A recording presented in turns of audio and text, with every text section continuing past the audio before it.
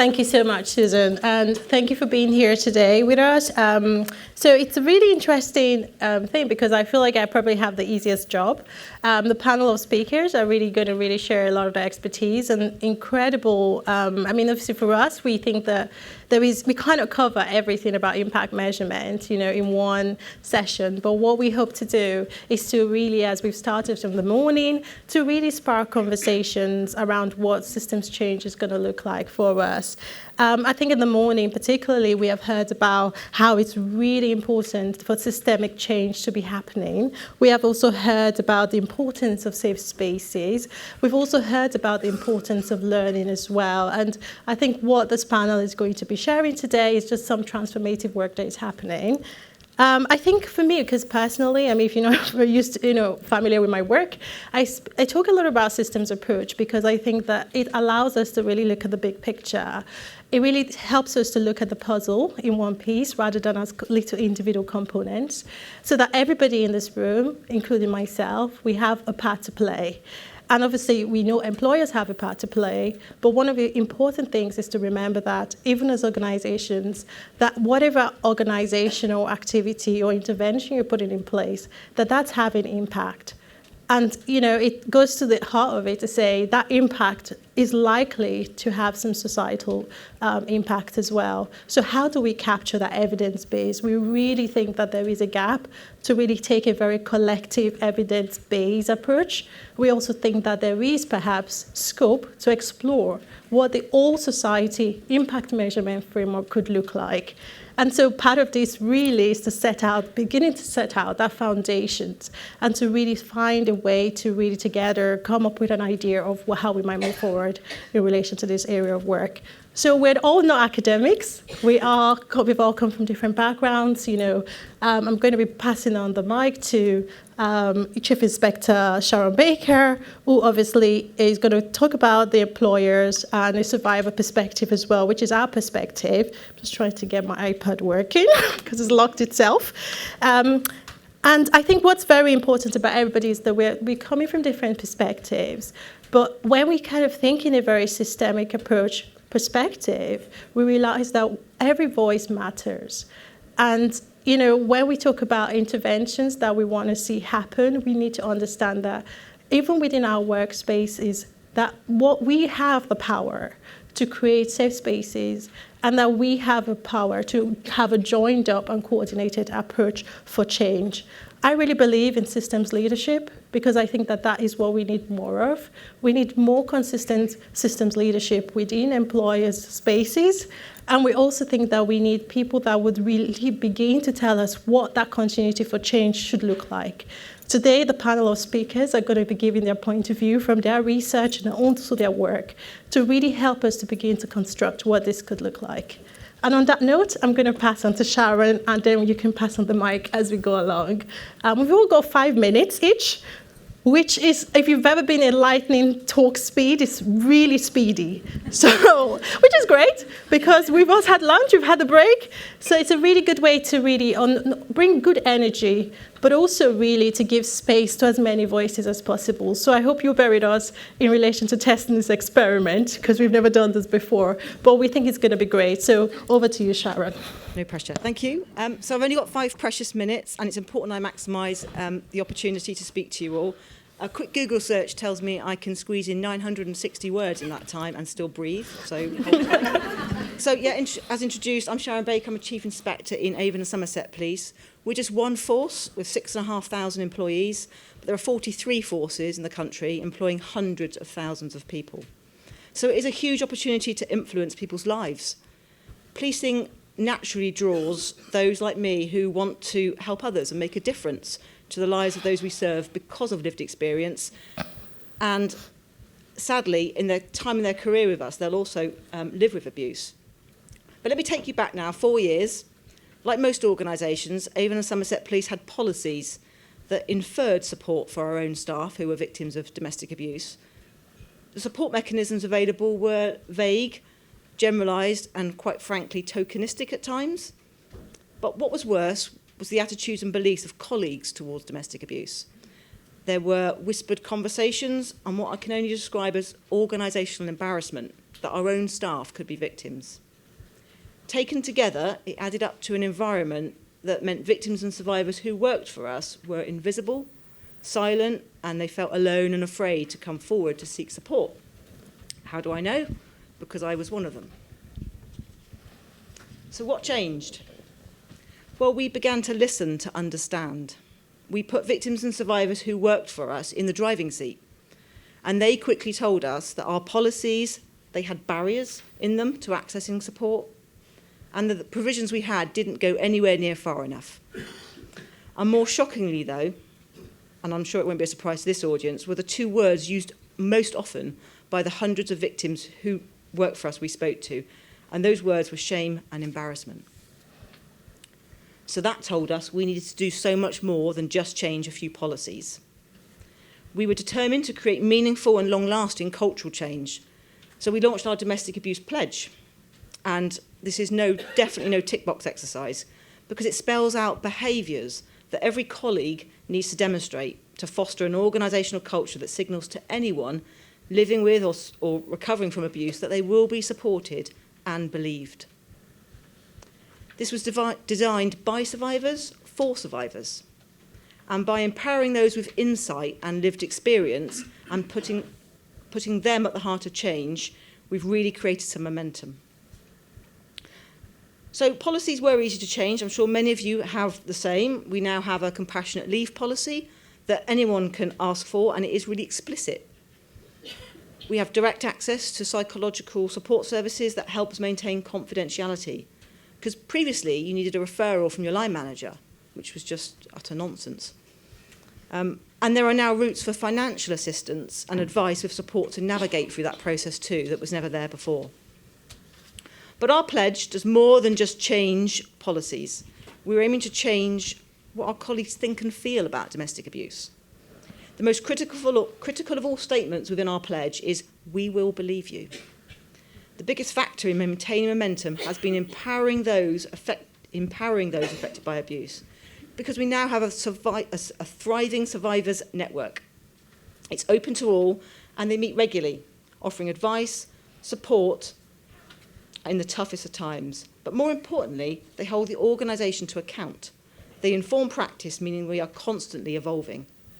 So what difference has our interventions and our work had? Well, I'd say the sense that you will be believed is now palpable in our organisation, with explicit and specific support in place. I know it's making a difference because we measure it in all sorts of ways. Here are some examples. The survivors group, it's continually growing. I keep thinking there can't be anybody else out there, but every week someone else comes forward, demonstrating the reach and need of our pledge. Several members of the group have gone on to report non-recent serious sexual offending by their perpetrators, and many others have been supported to leave their perpetrators. And they tell me it was all because they felt believed and supported. It was really tangible to them. And the use of our psychological support service from those living or recovering from abuse has rocketed, so much so that we've had to expand it. And something I'm quite proud of, and we're becoming quite a hostile place for perpetrators to work. The awareness of controlling coercive behaviour is called out regularly, and every week we see colleagues standing up and reporting concerns. We've made it loud and clear that perpetrators are not welcome. And many of those suspended or under investigation are now for domestic abuse. So by harnessing the voices and insight of lived experience, we've created that momentum in change, which is now, frankly, probably quite unstoppable. They hold us to account and evolve our support offering. And in fact, I'm pleased to say coming online in the coming weeks is a brand new provision designed by survivors, another first, free, safe emergency accommodation for anyone who works for us who needs it. I'm going to end with a few points of reflection for you, because I've only got 59 words left and I do need to breathe. You may have policies and practices, but what do your victims and survivors who work for you see, hear and feel? Are they empowered to be part of an authentic organisational culture? And what about those who work for you who choose to abuse? Are they hiding in plain sight?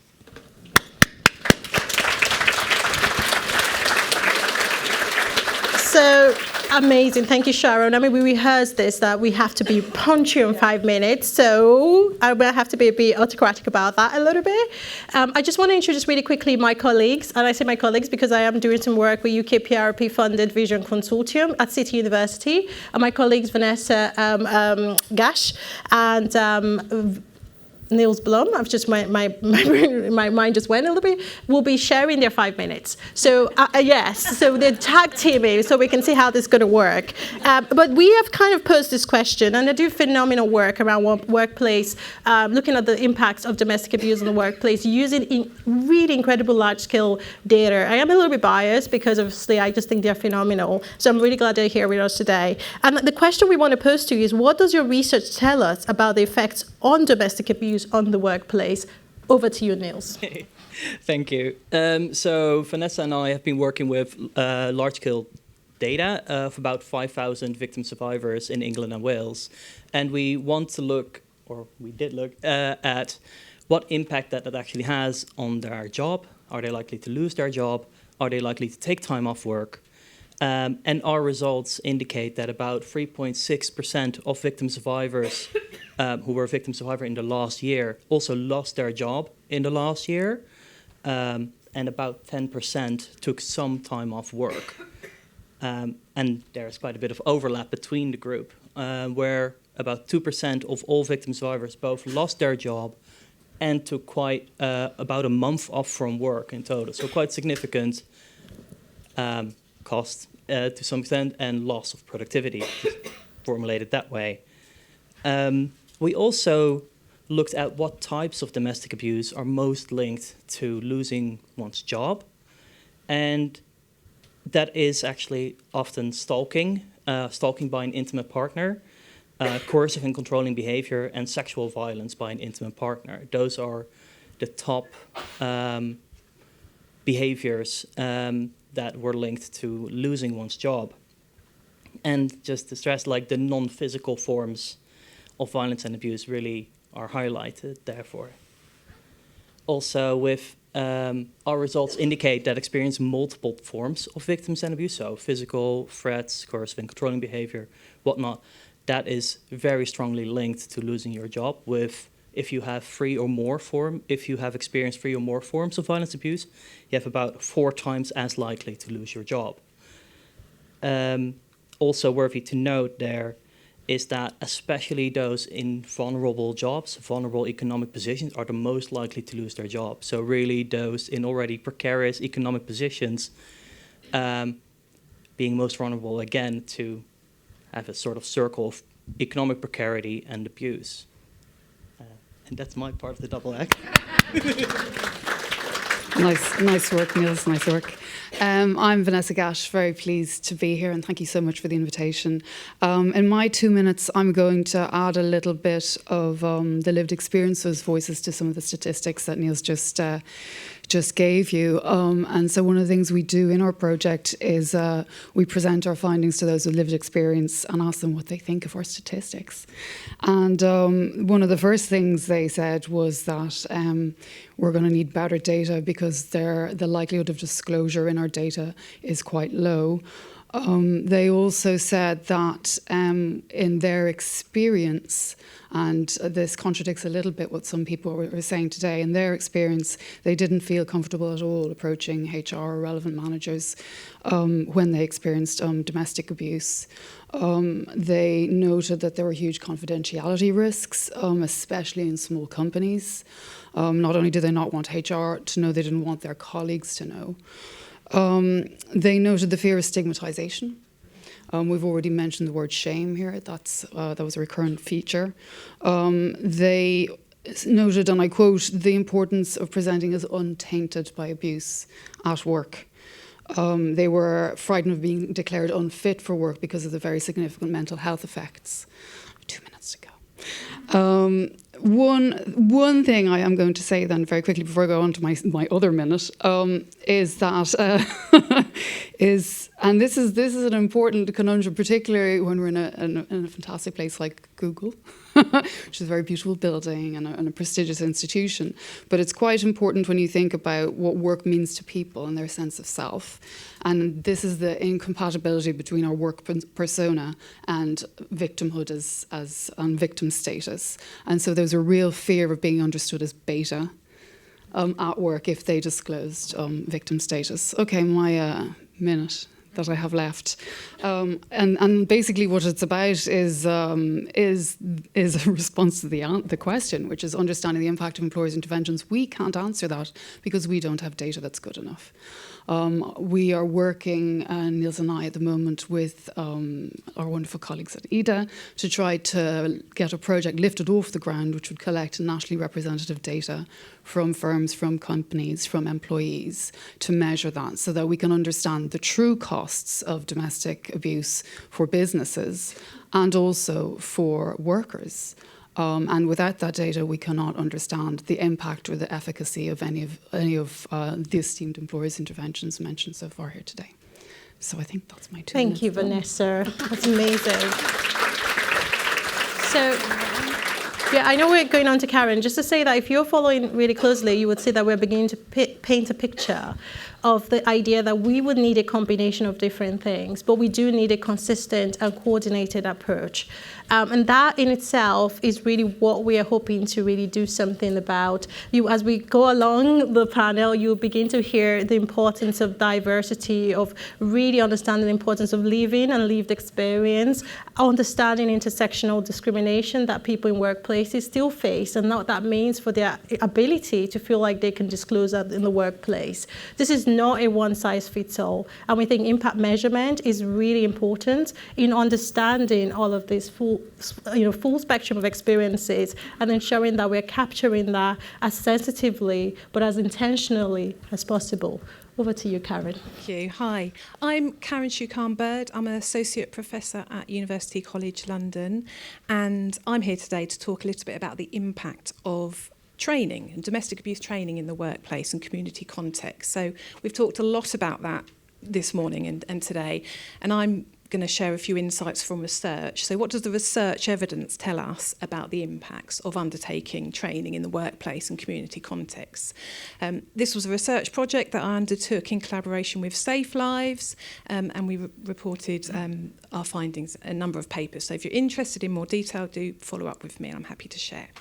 So as you probably are aware, as you work in your workplace, and if you've undertaken training, delivered training, there are some positive impacts to be gained from delivering that training. And research evidence points to a number of different impacts around knowledge and awareness and the kind of cognitive outcomes that we associate with training. So, for example, we know that supervisors or employees that undergo such training better understand domestic abuse and are better able to recognise the warning signs and the wide range of different types of abuses.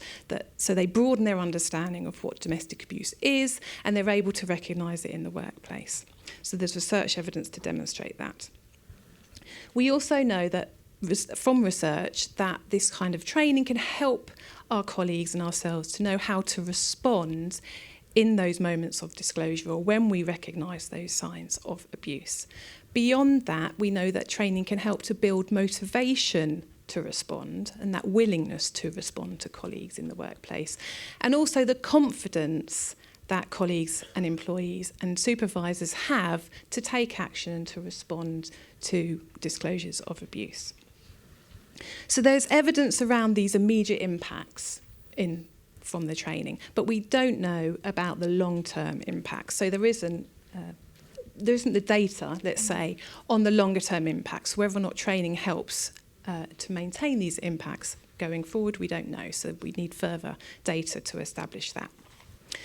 So if we recognise that these impacts are coming from the training, what are the key characteristics associated with effective training programmes? So we've undertaken some research to really pin down, well, what are the features of that effective training that we can then implement in the workplace or community contexts. And there are a number of features that I'd just like to share with you here. So firstly, those training features that need to maximise those impacts include training materials that cover a whole range of different aspects, including unpacking what domestic abuse actually is. So we need to share with our colleagues what the warning signs are, and also to emphasise the impacts of domestic abuse. Not everyone fully understands the severity or the impacts of domestic abuse, and this helps to motivate our colleagues to respond as well and to listen. Training materials also, like Jess refers to this morning, is helpful if colleagues know that all they need to do is listen in an empathetic and non-judgmental way. So that in itself, creating that space, thank you, to do that is valuable, and training can help to get that message out there. In our training, we want to make sure that we're engaging with visuals and statistics and case scenarios to really bring the issue of domestic abuse to life. And finally, we want to make sure that to maximise our impacts, we're tailoring the training to our audience. So we're meeting people where they are. And this means providing information about local policies and practices, but also building relationships of trust with colleagues and across the organisation, and ensuring that materials are culturally appropriate. So altogether, we can kind of then work towards building a more effective training programme, embedding some of this learning from the research. So my final piece is just to point to the whole point of the panel is to kind of stress the importance of evaluation of our interventions and our programmes that we're rolling out. So our research was based on a review of existing research, so research that's out in the public domain, and we've pulled it together and tried to take learnings and lessons from that about domestic abuse training and their impacts. And that's only possible because that research has been published and is out there. And in our review, we included research from traditional academic sources, but also we included research from domestic abuse organisations and employees. So a Vodafone piece of research, for example, has fed into this the findings I've just reported. So I just want to emphasise that the value of measuring, evaluating our interventions and publishing that in the public domain so that academics like us can engage and interact with that and then hopefully drive forward change. Thank you so much, Karen.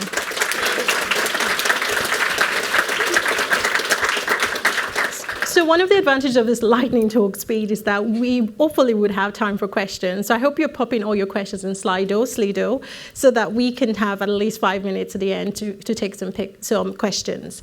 And that's a really good way to really introduce Carrie, who would be talking about what should employers consider when planning to measure the impact of their domestic abuse response. Thank you. So I'm not an academic. And I'm really bad at data. I failed Maths GCSE twice. So I am a terrible person to talk about impact from a data perspective. And those of you that know me, some of you do, I work quite closely with some of you won't know me, you'll think, who are you? Why is Age UK talking about this? Well, 90% of what I do is talking and raising awareness about older people who are affected by domestic abuse. That's not just victim survivors, that's perpetrators too, and it's really important that we remember victim survivors age, if they're lucky, if they're fortunate, but so do perpetrators. We live in a society where many perpetrators are thriving, so I just want to really hone in on that, and I've probably forgotten all my notes now. And I will talk about impact and our responsibility as an employer. And when I talk about that, that's not only to our employees. Age UK is a large national charity. We have thousands of volunteers, and many of them are older people as well. So it's really important that I broaden that, and I'll talk about how we've broadened our policy. But talking about data, go back to 2017.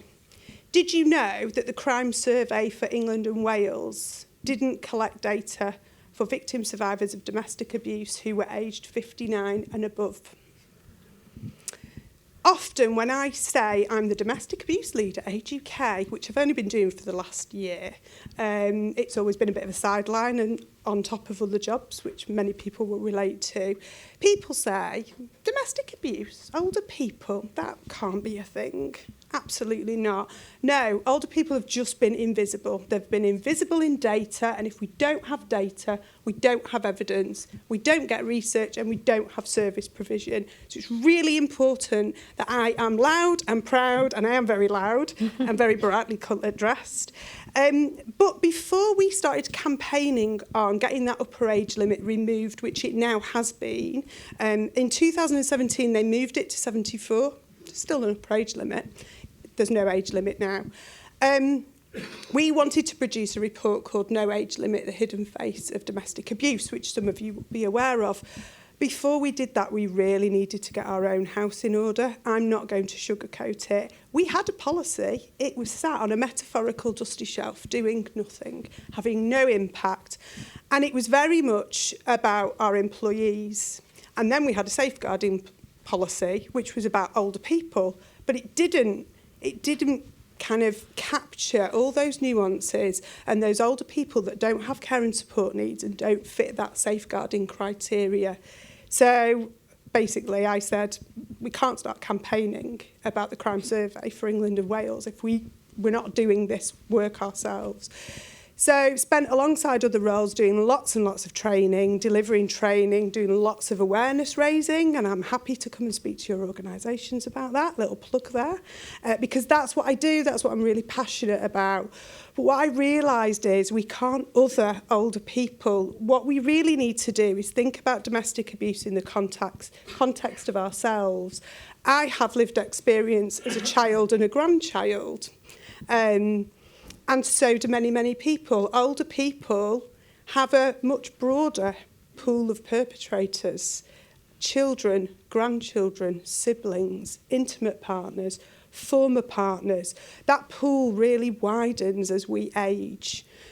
And so I wanted to make sure that our workplace policy was fit for purpose. So rather than having a separate policy, our policy now covers everybody that comes into contact with Age UK. So it's for our volunteers, it's for older people who call our helpline, who have a friendship volunteer. It's for our employees, it's for each other, it's for the CEO, it's for, director of HR, whoever needs it. That policy encompasses everybody that comes into contact with Age UK. And what I would say is, measuring impact has been really, really difficult. We do have numbers, but actually it's when people leave the organisation that they tell me the impact it's had. That's when they feel safe to say, that training you did, or that policy you wrote, or that meeting you came to, that changed the narrative for me. This is what happened. And so those stories and storytelling is something I'm really, really passionate about. And I think that's where we can have the greatest impact. What we're doing now is we do have lots of, I could talk all day long about what we've done, but what we're now doing is, as a federated charity, we're now rolling that out, that model out to our local partners. We have 120 local partners, 14 of which have joined. I call it EIDA, I don't know if it's EIDA or EIDA, but they've joined. That's 10% of our network, so there's more work to be done. That's it. I'm trying to think if I was going to give you a real bit of wisdom, but I think it is that people tell you the impact, but sometimes it's not at the time. Sometimes it's years, maybe even decades later. Thank you so much, Carrie.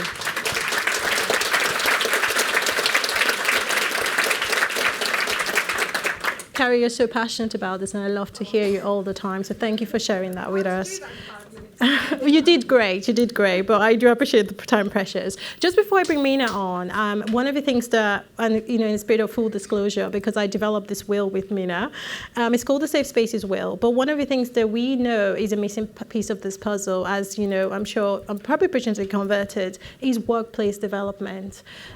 We talk about safe spaces, but we also need to talk about the thriving of our staff, particularly those with protected characteristics and those from Black and racialized communities. So I think there is space to really look at intersectionality in relation to our response, to make sure that whatever interventions and organizational activities or culture change or whatever we're doing really pays attention to that really important point. Over to you, Mina. And the question I think we've said is, what does the wheel tell us that employers need to consider in order to make their workplace safe for all? I know, big question, but over to you. That's fine. I also failed maths 4 times. So my background is training and consultancy within kind of the violence against women and girls sector, predominantly around domestic abuse. It's really nice to be here and to remind myself to wear a bra because a lot of my training is online. So it's quite nice to be out in person. But a lot of the work that I've been focusing on in the past kind of the past couple of years has been around working with those from black and racialised communities working in different kind of employment areas. And obviously the sector that I'm in within the Vogue sector, it just kind of made sense to say, let's come out and work with your staff and let's think about some of the issues that they're kind of experiencing on the ground. So before we developed the wheel, it was really important that we understood what the issues were. So from kind of an institutional level, an individual level, but also that systemic level, what were some of the issues around racism, or thinking about opportunities within the workplace, or thinking about feeling quite lonely at work as the only black person in the room. So all of those things came out from our consultation. It was really important as well that it was co-produced and we were hearing the voices of black and racialised people, and it wasn't coming from us, or it wasn't the sector telling us this is what they think. It was them kind of telling us what we think. And I've got colleagues in the room that have supported on this programme, so April Dawn, Sandra Pollock, Seek Women's Aid, you know, a number of agencies that we kind of engaged with, and really importantly, Dr. Olumide Adisa. So how we got to this wheel, and I'm really sorry, it is tiny and it's not on the screen, but I have got copies and there is an academic paper that does sit alongside it. How we got to the wheel was we worked with two separate cohorts of leaders, and they are leaders. They came to the programme telling us we're not leaders, and I was like, you are a leader, you're an absolute leader. And what we wanted to understand were their lived experiences within the kind of the workspace, but also we've talked quite a lot about safe spaces here, which is absolutely phenomenal. But my question to you, and kind of what the wheel talks about, is how do you take that individual, and I talk a lot about race, but if you take an intersectional perspective, you could have someone who's an older person who also identifies as South Asian. How do you take that person and how do you almost become safer as an employer? How do you develop your black and racialised staff who are going or looking to go into leadership positions but don't have the confidence to apply, or are applying and they're not getting there? How do you deal with this notion of, am I the problem? Is it because of me then?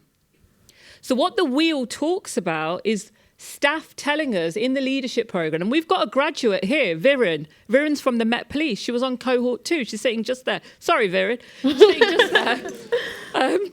When we think about what the graduates were telling us, they were saying, look, people talk about intersectionality, but do you understand the background of where it's come from? Do you know it sits in the black feminist movement? Do you understand when we say we want you to value intersectionality? Do you understand when we say we want an anti-racist organisation? That doesn't mean you write on your website, we are an anti-racist organisation. It doesn't mean you say we have a policy in anti-racism, but if I come out to you and say to you, okay, tell me 3 key things you've done around anti-racist practice, and you say, bear with me, I'll let you know, because I'm going to go and ask the race group that we've kind of developed as part of our anti-racism kind of project. We've got 2 minutes to go, that's absolutely fine. A lot of people were saying they want sustained inclusive spaces. Give us an inclusive space to be my true self, but we want it to be sustained. Don't give it to me because Black Lives Matters is hashtagging. Don't give me that. I want it consistently when I'm in that employment space.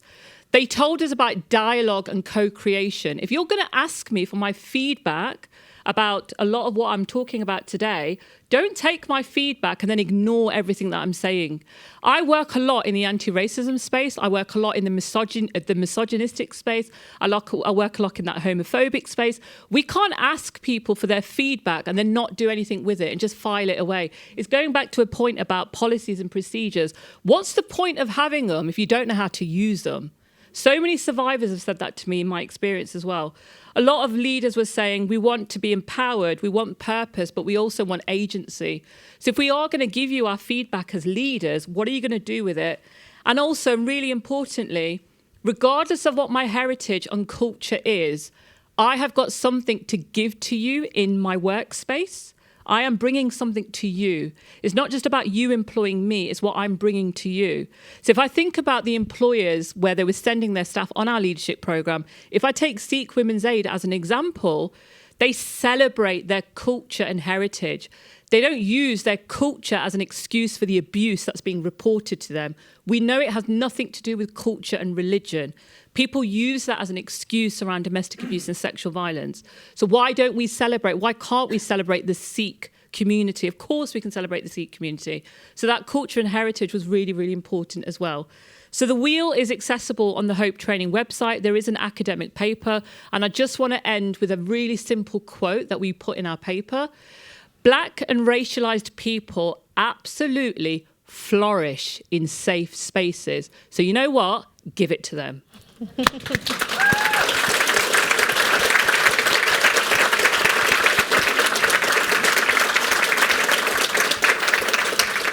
Oh, okay. I'm not going to rave about it because you can tell I'm biased already. I mean, the reaction in the room says it all. So thank you so much for sharing that energy. I mean, one of the things which we don't even have the full answers on, we don't have all the answers, is to say that if we say there's safe spaces, how can those safe spaces be safer? We think that it's not a fixed state. It is perhaps something happening in a continuum. We need our interventions to flex in that same way.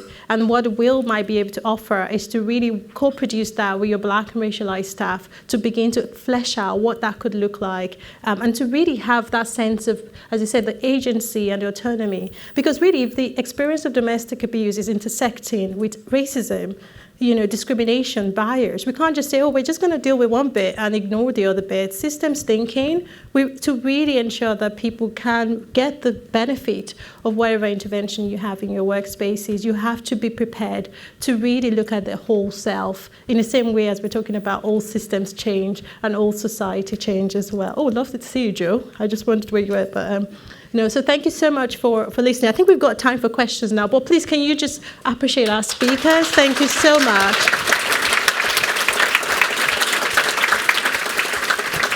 I don't even know how they did it because I do stream of consciousness. So I would have been going on and on because this stuff is important stuff. So thank you so much for really sharing your expertise as well. I'm just going to dive straight to the questions so that we have a lot of time to take that. I'm just going to go for the first one. I think it's kind of really a good one because it's sort of talking about. So it says, how can employers support a Black woman who is a victim of domestic abuse to open up to our employers when she's also on the receiving end of race discrimination in the workplace? I did not see that question beforehand, or when I said intersection, but that is a very important question. And then said she's not been listened to HR and she's been put on capability, I think is what the person is saying. So I guess that's the question I'm going to pose this to the panel. I'm probably going to call people because of time. So I would say Mina and perhaps I would say Sharon, if that's okay. I think one of the things I see a lot when I support Black women experiencing domestic abuse is a lot of people don't even understand the concept of misogynoir. How many of you have heard of that terminology? Just raise your hand in general. Brilliant. Some of you have, some of you haven't. If we don't understand some of the fundamentals about some of the scope out there around the hatred of Black women, but also understanding the nuances and the differences between women and their experiences, especially women of colour, but also reporting to the police. Has been quite a lot today talked about, well, if you're experiencing, go and report to the police. Guess what? Not everyone trusts the police system. Not everyone trusts the criminal justice system. Another thing, not everyone's treated the same by the criminal justice system, let's be real. But also in an employment space, if you are so used to supporting a certain demographic and not almost used to, what is this individual saying to me? How am I going to kind of support this person through? What is the right services? Not everyone wants to go to certain sets of domestic abuse services out there. There are specialist by and for services developed by black women for black women because they understand those nuances that actually the black community and black women actually experience. So there's so much we can do, but what I would say is we can't ignore it. We've been ignoring black women's experiences, not just for years, but for centuries. We've been disregarding their experiences. We've been disregarding their voices, and we need to stop. Thank you, Mina. And Sharon, I know you're going to have to pass the mic really quickly. Just to prep as well, Vanessa and Niels, you'll take the second question, so just to prep you. I think what our policies taught us is that you need flexibility in terms of one of the aspects of our pledge is you'll be listened to, and it's explicit in terms of you don't have to tell your line manager. So if your line manager is dealing with capability, you know, why on earth would you trust them to tell them something that's going on at home that's awful? So we've built that in so you can go and tell anybody. Whereas before we were quite a hierarchical organisation as well. So we've empowered anyone that you can disclose, you can talk to anyone you like. And what else, when we spoke to the 138 victims who came forward and said they were affected, surprisingly, no one told HR, no one told the staff associations. It was generally colleagues in the workplace, and not necessarily supervisors, that they'd built up a trusting relationship with.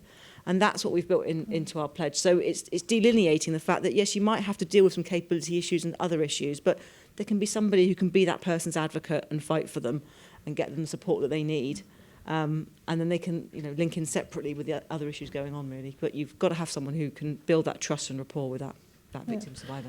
Thank you, Sharon. And I think one of the things that's very clear as well is that we're not saying that the evidence base is there. What we're trying to present is that there is still a gap in relation to our understanding and in relation to bringing that learning into organizations. So this is why I said we all have the power to be part of change. So we're not sat here thinking, oh, we've got all the answers. This is almost like an invitation to let you know what distance we still need to travel and that we do not leave anyone behind. So, and then the next question, we might not be able to get to all the questions, but I know Catherine would ensure that we get your answers as well after the event. So, but this next one says, what's the simplest way that employers can measure impact of their domestic abuse resources? What data should be prioritized? Well, I'm terribly biased on that one, which is that we're trying to get funding to collect a nationally representative data to answer that question. And so rather than employers themselves being responsible for data, we want to collect data from a representative sample of all employers in this country so that we can look at those who do have developed domestic abuse policies, such as the employers in this room, who are a very select group, as well as those who have none at all. And that's really, really important for us to be able to measure effective interventions. Yeah, and then in terms of specific indicators that you might want to ask if you want to evaluate, you probably know a lot there as well, but for even a simple one, did survivors feel supported at all? Like, I would say that is a pretty easy and straightforward one, if you want a couple more. But and if it continues, I guess, were they able to change the situation, like, after receiving support or not? Yeah. Thank you so much. We don't have any time for any more questions, but just to wrap up and to just say thank you so much to the panelists and also to you for listening. I think there is clearly something to say to employers that we need your help to help us build this collective evidence base. It's very clear that a lot of distance has been traveled, particularly when I was listening to Vodafone saying they've been doing this for 15 years. I was like, wow, this is incredible. We need actually to keep that momentum going. We think we need to keep sharing what we're doing well. So kind of in a conference like this and even beyond, we need to also allow for more safer spaces in order to really continue to capture and really explore what data means. So even though we've talked about quantitative data, qualitative data, and even all types of data, I believe in the power of dialogue. I believe in the power of bringing communities who really have experienced that to speak for themselves. And we hope that as we have our next conference, we will bring those voices to the table so that they can speak for themselves. We think that there is also space to begin to look at what this could look like as a costed roadmap for change. We think that there's a place for employers to spearhead this, actually, because we are still talking about money. Of course, money is important, but we think that if we can systemically do this and collectively pool our funding, our resources, that we can actually make more headway in relation to building a collective objective, evidence-based, which is all what we all care about on the panel, and also for me personally in terms of my own story as well. Thank you so much for listening to us today. Thank you, everyone.